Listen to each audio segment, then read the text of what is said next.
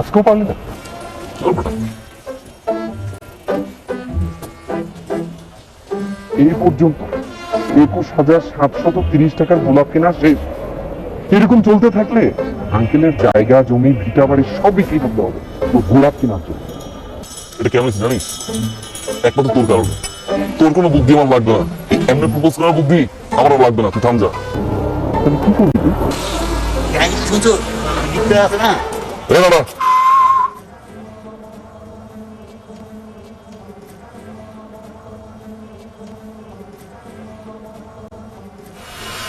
নাড়া Nader Nader thank you ওই যাস। কেমন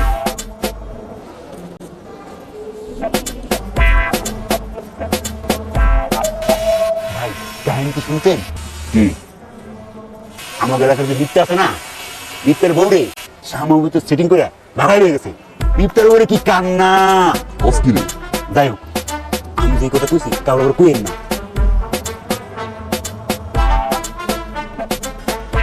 আমার কও কি দরকার রে? আমার তো মনে খুব আনন্দ সুখ। আপনি মানে আনন্দ সুখ কেন? প্রেমে পড়ছি। প্রেমে পড়ছেন? এ ভাই প্রেমে পড়ছে রে, ভাই প্রেমে পড়ছে রে, ভাই প্রেমে পড়ছে রে, ভাই প্রেমে পড়ছে রে। কার লগে? 7 নম্বর সেক্টরের দীপা আছে না, দীপার লগে। কি? কালকে প্রপোজ করছে, খারার উপর রাজি হয়ে গেছি। তারপরে কো রেস্টুরেন্টে খাইতে গেছে, পার্কে ডেটিং এ গেছে, তারপর বন্ধুর বাসায়। তাই বেটা ভাই, তোর এত কোনো কথা কেন বল করে?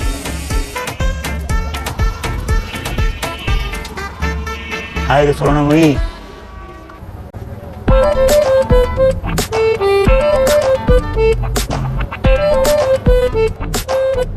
আজকে ওরা প্রপোজ করতে চাইছিলাম লেটার দিয়ে, কালকেও আপনারা প্রপোজ করছে।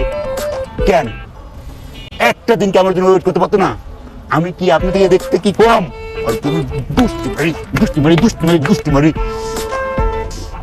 হে আল্লাহ, আমার তুমি উঠাই লয়ে দাও। তুই এটা কি করবি তুই? হ্যাঁ? এই মাতার বাচ্চা কি করবে জানো? পুরো এলাকা তন্ন তন্ন করে ঘুরে বেড়াবি। আচ্ছা, যে মেয়েটার সাথে তোর এখনো পরিচয় হয়নি, তার ব্যাপারে তুই কি বললি তুই?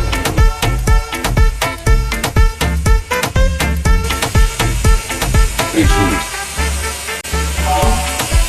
এবার দেখ। ওইদিকে দীপাপা অনেক বারে প্রপোজ করছে, অনেক ভাই খাড়ার উপরে দিয়ে গেছে, রেস্টুরেন্টে খাইতে গেছে, পার্কে ডেটিং গেছে, তারপর বন্ধুর বাসায়। এই কষ্ট আর মানা যায় না। এ তোরা কে কোথায় আছিস? আমার নেশা দে, নেশা নেশা। একটা ভাইয়ের জীবনে পছন্দ করছিলাম, এইটারও বন্ধুর বাসায় নিয়া ইসি রে। এই ভাই, তুই ভাই কথা কাউকে কইস না।